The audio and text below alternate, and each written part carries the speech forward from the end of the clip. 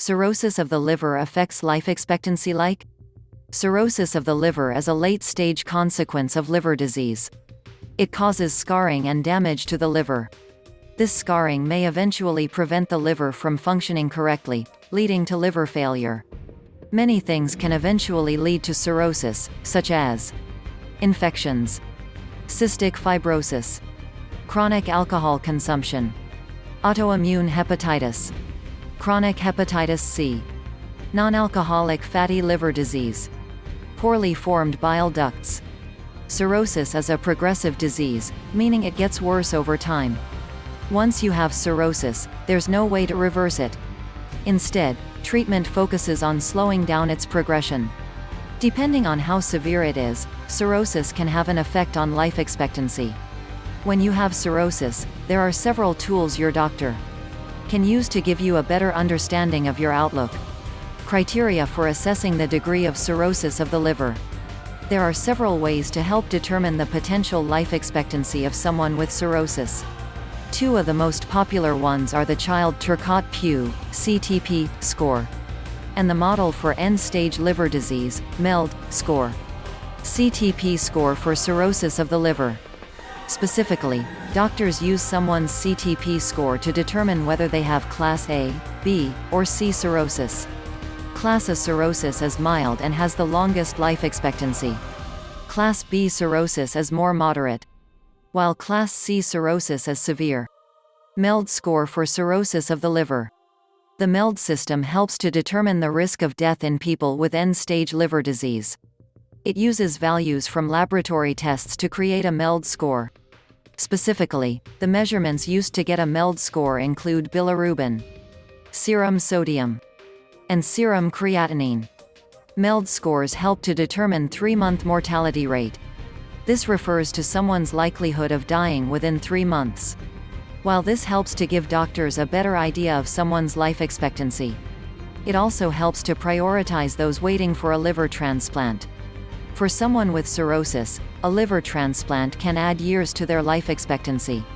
Meanwhile, the higher someone's MELD score is, the more likely they are to die within 3 months. Therefore, this can move them higher up the list of those waiting for a liver transplant. The specific numbers indicate the lifespan of cirrhosis.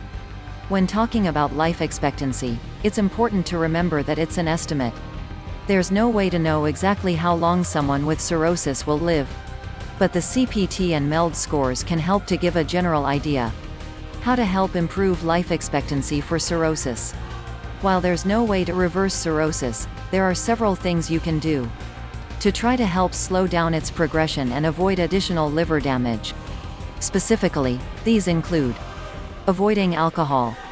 Even if your cirrhosis isn't related to alcohol, it's best to abstain, because alcohol can damage your liver, especially if it's already damaged. Limit salt. A cirrhotic liver has a hard time keeping fluid in the blood.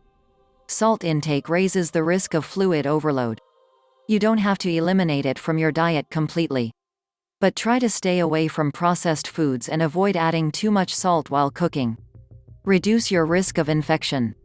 It's harder for a damaged liver to make proteins that help fight off infection. So, wash your hands frequently and try to limit your contact with people who have any kind of active infection, from a common cold to the flu. Use over-the-counter drugs carefully. Your liver is the main processor of any chemicals or medications you consume.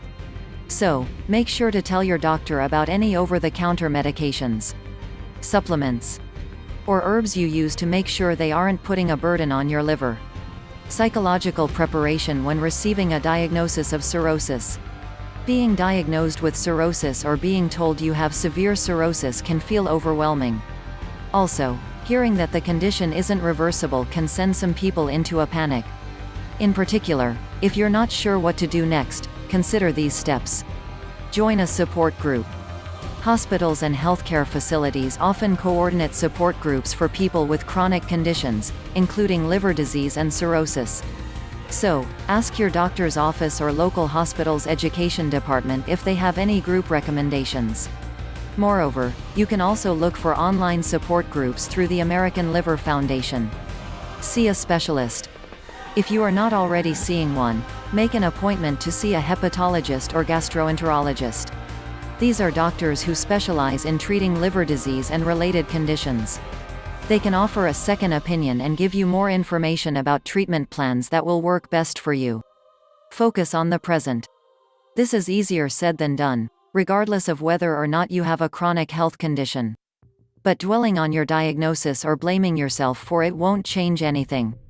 So, try to shift your attention toward what you can still do for your health and quality of life, whether that's consuming less salt or spending more time with loved ones. Advice. Cirrhosis of the liver is a chronic condition that can shorten someone's life expectancy. Doctors use several measurements to determine the outlook of someone with cirrhosis, but these only provide estimates. When you have cirrhosis, your doctor can give you a better idea of your outlook and what you can do to improve it.